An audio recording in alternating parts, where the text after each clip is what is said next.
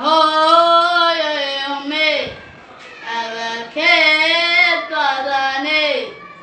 alleheed sharafiyey saddex aabe hortay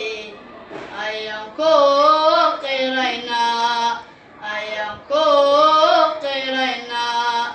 intii aadi sidee urka aa ku jiran axeerku ogoho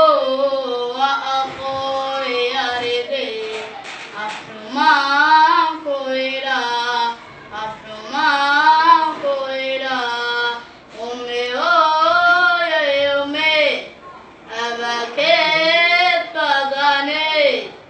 alleheed sharafiyey saddex aabe hortay ayaan ku qiraynaa ufinaan ku idhaa allah iiga digo waa asluub xumankii inkiraaya xaqa ku ilaalinaynaa umi hooyo yome abaalkeed badanay alleheed sharafiyey saddex aabe hortay ayaan ku